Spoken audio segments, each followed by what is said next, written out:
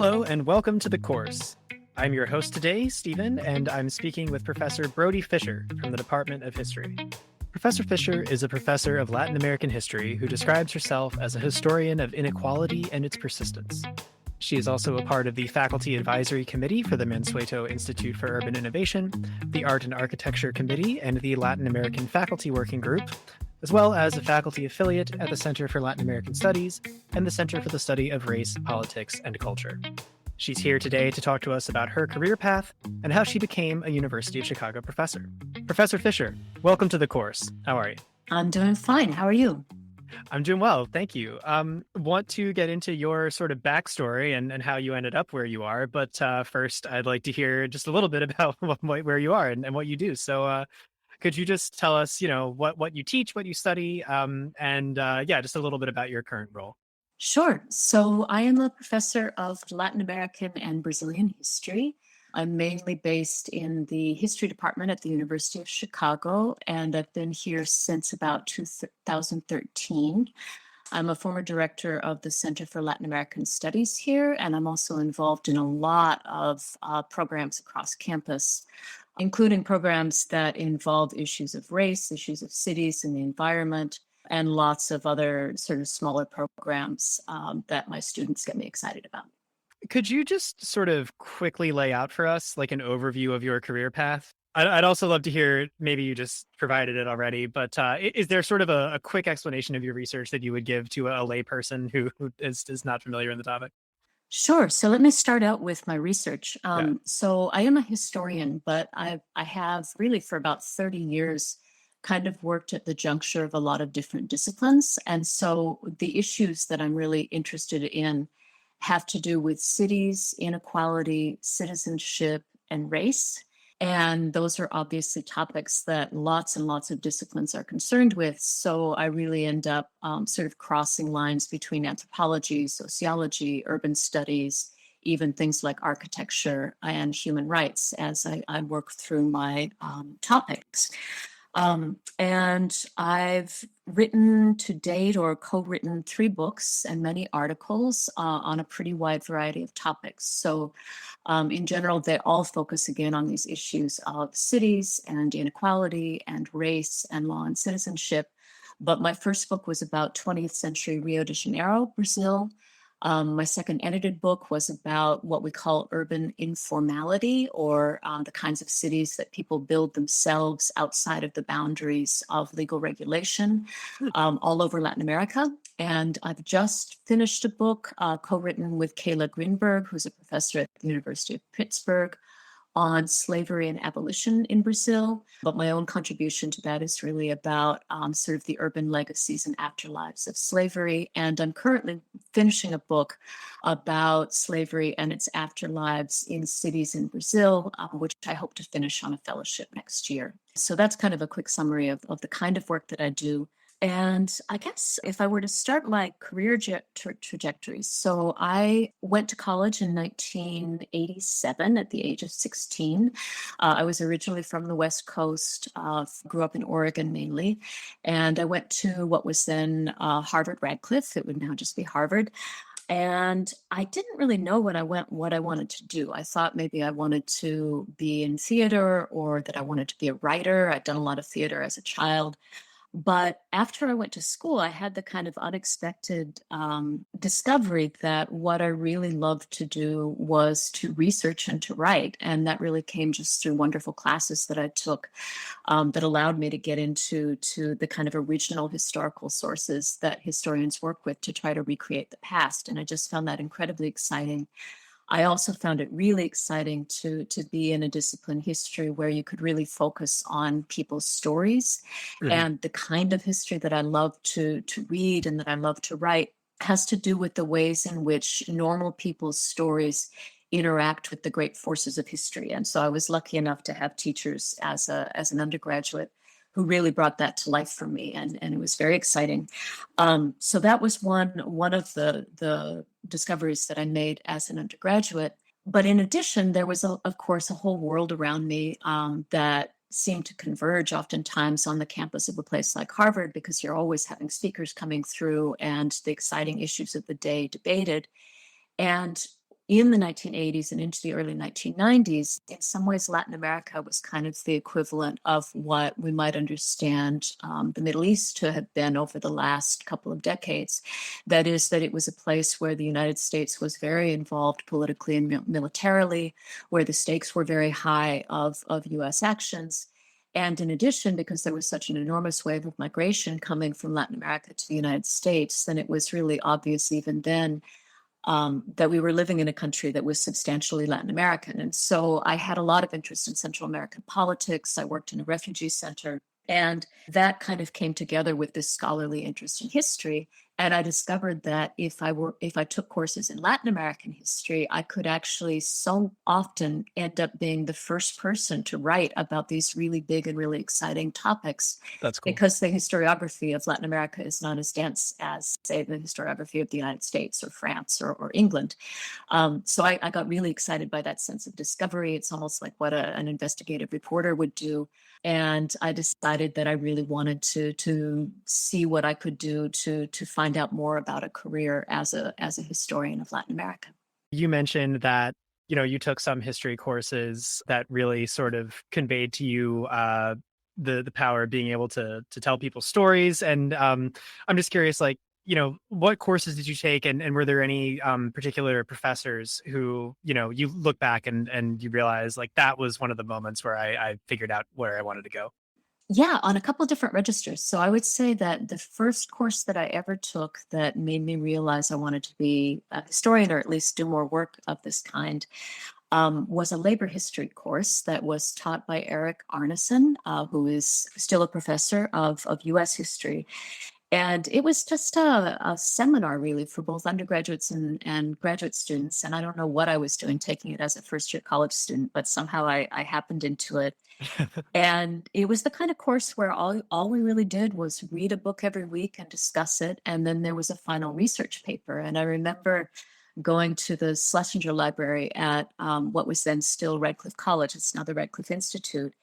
And I just got lost in these primary materials that had to do with women who worked at a textile factory in New York in the early 20th century and their strike movement. And so I ended up writing this paper that was about this strike movement. It was really long. It was maybe 40 pages long or something. I'm sure it was terrible, but I really enjoyed writing it. I just found it thrilling. And so, and Professor Arneson was very kind. I'm sure he recognized my excess of enthusiasm and also my inexpert ability to actually follow through on the things I wanted to do. But he was really kind and encouraging. And that was kind of what got me going. But then I took a number of Latin American history courses. John Womack Jr., who was most famous for writing about Mexico, was a professor who really mattered to me a lot through both my undergraduate years and then my graduate years as a student at Harvard. I actually took a Latin American history course from Carlos Fuentes, my very first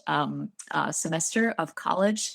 And even though later I came to question a lot of the things that I learned in that class, it was just enchanting because he spoke this amazing English that was almost as if he were speaking Spanish in English. It was completely seamless and beautiful grammatically, but very different than the English that you would hear from most native speakers. And it was enchanting and magical, just like a lot of his writing, especially his early writing for me. And so that really kind of brought me into the field of gravity of Latin American studies. And then my work with Professor Womack really deepened that and taught me what it meant to think about these questions rigorously and historically. So before we go too far further, I do want to just go back a little bit. You mentioned that you were interested in being an actress. And I think you also said like writing. Where you are now, like, do you see a connection between those early interests and your academic career at all? Sure. It's actually something that I've talked about with a lot of colleagues because you would be surprised how many people at one point or another have been involved in the performing arts and end up going into some field of academia.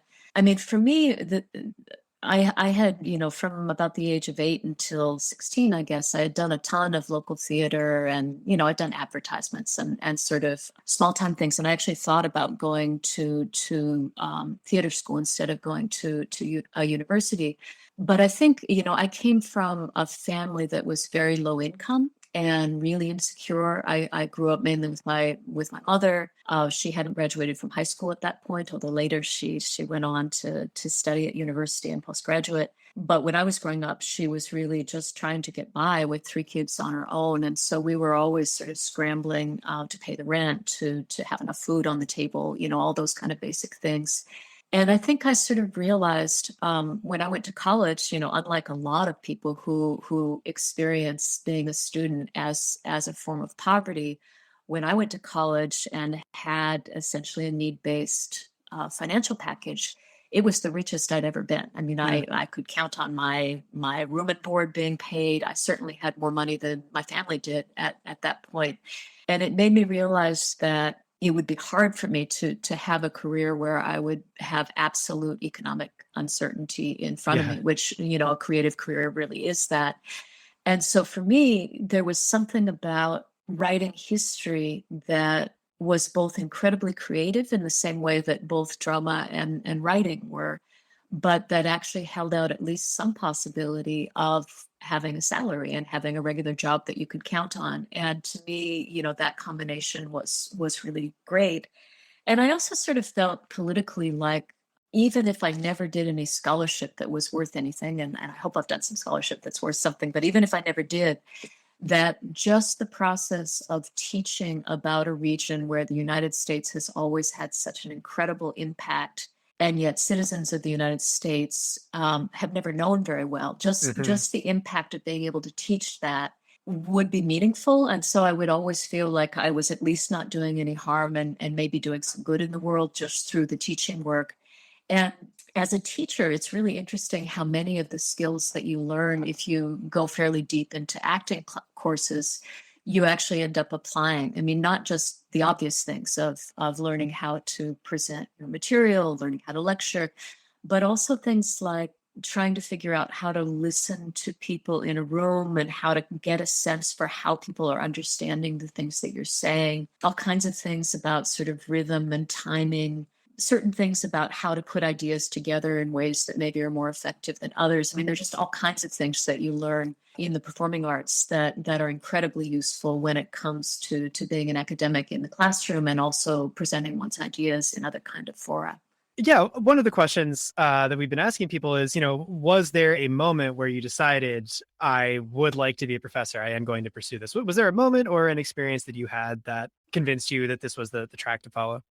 Sure. So, a couple of things. So, when I was a senior in college, like so many people, I wrote a senior thesis, and I had the incredible good fortune to be able to go and actually do research for that thesis abroad. So, I was writing about a tenant strike that happened in Buenos Aires in 1907. And so, I was able to go to Buenos Aires for about 3 weeks, I guess, to do work in the National Library. And then also, I was able to go and spend about 6 weeks or 8 weeks, I can't remember which, at the International Library for Social History, which is in Amsterdam in the Netherlands. And this is a really famous archive and library that has, amongst other things, a lot of Marxist papers, a lot of sort of leftist archives from all around the world. And I went there because they had a really wonderful collection of anarchist newspapers from Buenos Aires and socialist newspapers that were a really great source for my senior thesis. So I think the experience of just going every day and being able to spend all of my time doing that research definitely confirmed that I really loved doing it. And going to Buenos Aires was a really incredible experience. It was only the second time that I'd actually been for any length of time to Latin America. So that was great. And then the second really decisive moment was that after I graduated from college, I got this fellowship called the Michael Rockefeller Fellowship, which is an internal grant that Harvard gives. It was actually a gift from the Rockefeller family when Michael Rockefeller in the 1960s went off to do a photography and art project in Papua New Guinea and disappeared. And the family never knew what happened to him for sure. There were all kinds of rumors about what might have happened. But his photography and the artifacts that he collected on that voyage actually did make it home, even if he didn't. Hmm. And in that kind of spirit, I think of the 60s, which we can talk about, the various ups and downs of that way of understanding one's place in the world. But in that spirit of the 1960s, the friends and the family decided to set up a fellowship where they could send people to do what Michael Rockefeller had been doing when he disappeared, to come up with a project that was interesting to them in some part of the world and go off and carry out that project without any strings attached. They just give you a stipend and say, go off and, do whatever you want to do. Wow. So I decided originally I had actually wanted to go to Central America and interview people who lived in shanty towns in, I think it was originally Guatemala City and San Salvador. Very wise people convinced me that was a very bad idea because it was really dangerous to go to those places at that time. And I was Yeah. a, 20-year-old single blonde woman, and that probably wouldn't have been a great thing to do, Mhm. given certainly what was happening to people who were actually from Guatemala and El Salvador, and even to some foreigners. So I ended up carrying out the same project in Mexico City, and I arrived there. I didn't know a single person, a city, well, metropolitan area of 25 million people. And all I knew was that I wanted to interview women who lived in shanty towns on the outskirts of the city. So I had the names of some NGOs that did this kind of work, and they very kindly sort of started to network me in. And I ended up going to shanty towns all over the outskirts of Mexico City. Shantytown's a bad word, actually. It's more what I would say now is sort of informal communities or self-built communities. But I really got to see this wide variety of ways that people had found some way to create the city for themselves when the city was doing everything possible to exclude rural to urban migrants and poor people, and especially people of indigenous backgrounds. And so over that year, I ended up focusing in especially on one community that was called Itzlahuacan, and on a particular organization called the Unión de Mujeres de Itzlahuacan, which was a group of women who had struggled at that point for about 20 years. This was in 1991, to build their community, to bring services to their community, and to gain some kind of legal standing for a place that initially was really insecure in legal terms. And so that whole year, I was just fascinated by these women, by their stories. I was actually back there this past summer to see the sort of transformation of the communities and what had happened to a lot of the people that I interviewed at that time. But these were just incredibly smart, dynamic, energetic women that had really managed to make a city from scratch. And that actually became a title for a book I later published, Cities from Scratch.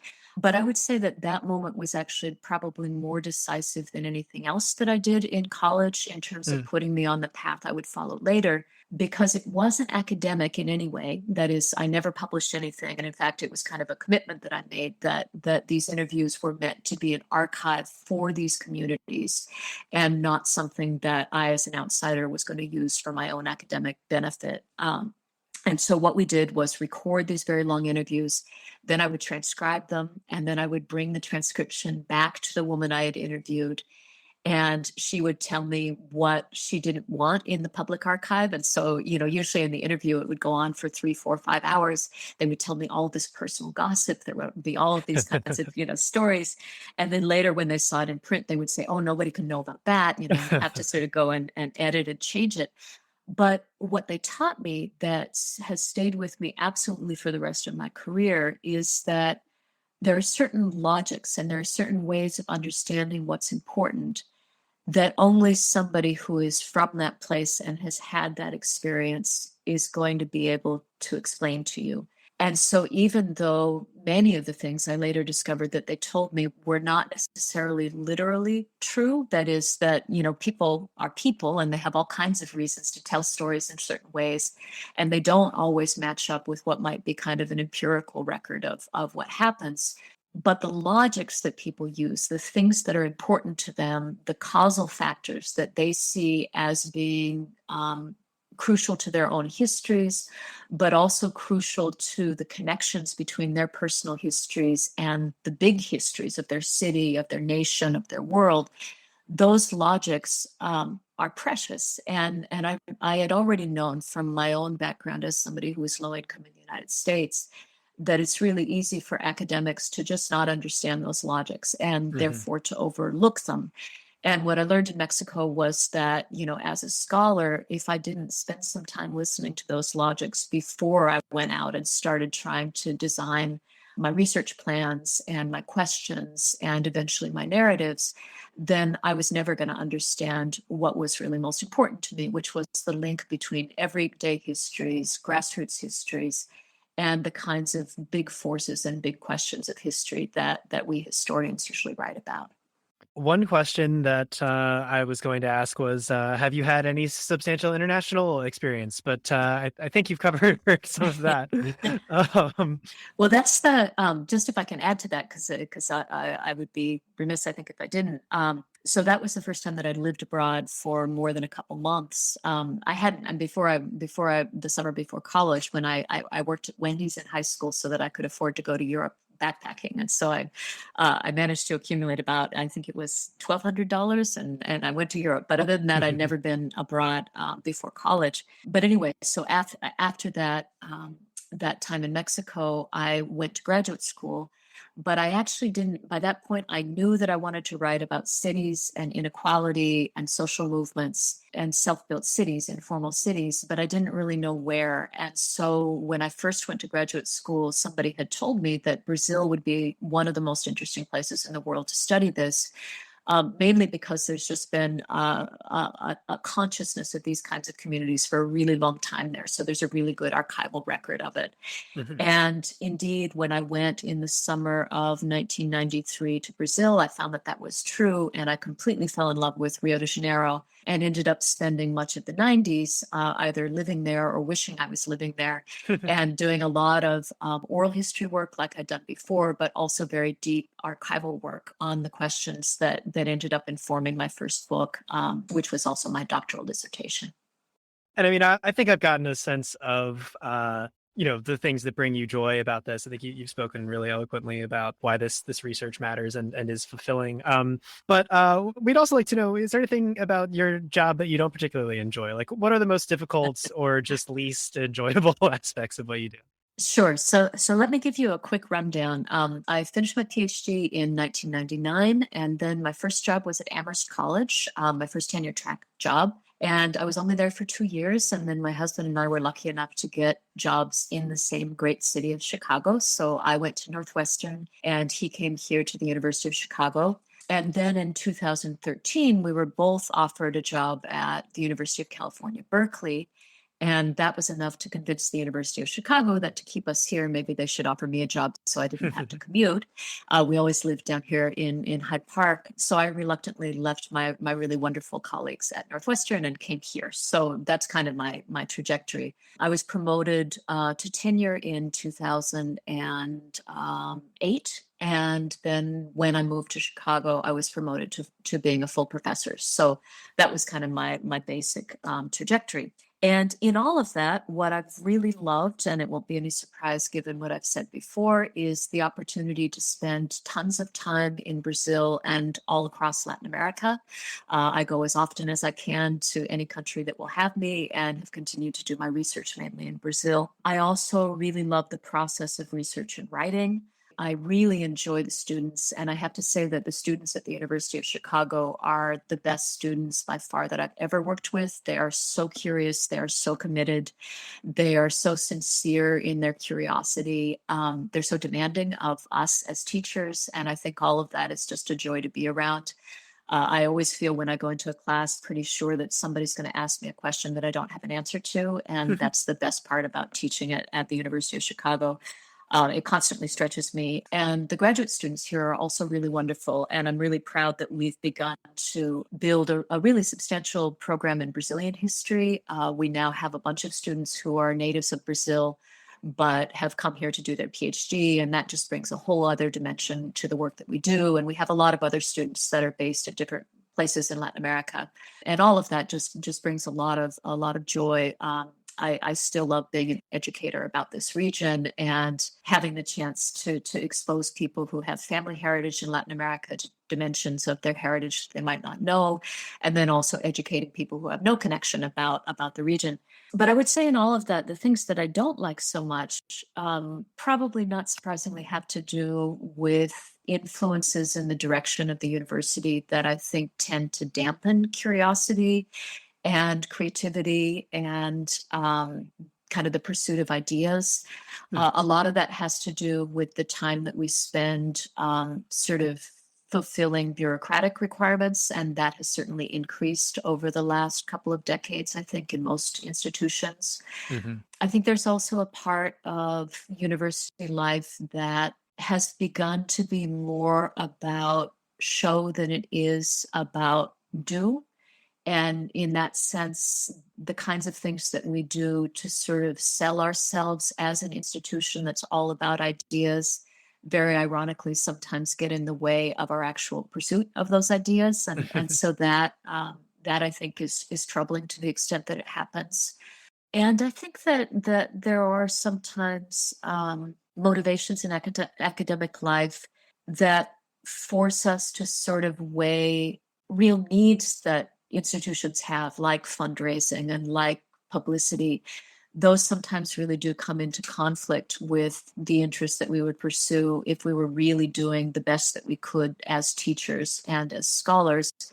And one of the places I think that we all feel that as teachers the most is that it's really difficult, increasingly difficult, I think, to find the time, but also the freedom to give the sort of frank feedback that students need Mhm. in order to grow as students. Because when people get critical feedback, sometimes that makes them unhappy. And in a world where particularly younger scholars have to depend a lot on student evaluations and all of that kind of thing, there is a kind of unconscious motivation to not really give the kind of criticism that our students really need. And so I myself have always been pretty lucky with teaching evaluations, but I find myself talking a lot with people that I mentor as teachers about what it means to think of criticism as a form of generosity, and that if you can give criticism in such a way that people know what to do with it to become better thinkers, better scholars, more effective at what they do, that that's really the best gift that you can give someone. Yeah, that makes a lot of sense. Just with the last minute or two that we have left, are there other pieces of advice that you feel it would be important to share with someone who was hoping to go into this field? Anybody that's thinking about a career in academia knows that it's not a sure thing. I mean, for me, where the alternative was, working at Wendy's, it seemed like a pretty good bet that this was a more secure career path. Yeah. But I think actually a lot of people, particularly people who are lucky enough to come from a kind of middle class background, they experience graduate school and academia as an incredibly insecure place in economic terms and in terms of status. And the only real reason I think to do that, if you have a lot of other choices, is that you just love the work itself. I mean, it has to just be worth it because the thing itself feels meaningful. By that, I mean the teaching, and I mean the writing, and I mean the research. And I think the most unhappy people that I've seen in academia are probably people that in some ways came to it through a kind of path dependence, that they'd always been good students. They'd always liked the atmosphere of the university, and they just kind of wanted to keep on experiencing that. And so they went to graduate school and they got good grades and they kept on going on. But they kind of quieted the voices inside them that said, this is too insecure. I don't really like this work. It's too lonely. I want to be doing something that is more hands on in the world. And I think that, if people hear those voices in themselves and they don't just really love what they're doing for its own sake, then academia can, be a place of a lot of insecurity and a lot of unhappiness. So I think that my best advice to people is just to really listen to that voice inside you that tells you whether at a gut level you really like this kind of work and find it meaningful. And if you do, and if you just want to spend your 20s in graduate school because it lets you travel and write and be creative and it pays your rent, that's a great reason to be doing it. And if you go into it because you think that it's definitely going to bring you a great job and status and all those things that maybe another kind of professional job might be a better guarantee of, then maybe you should think twice. This has been great. Thank you so much for joining us today. I really appreciate your time, and I look forward to seeing how it all comes together. Thank you, Professor Fischer, for your time today. And course takers, if you enjoyed listening to today's interview, please check out the others. You can find out more about the University of Chicago through uchicago.edu or the university's campus in Hong Kong through uchicago.hk. See you around.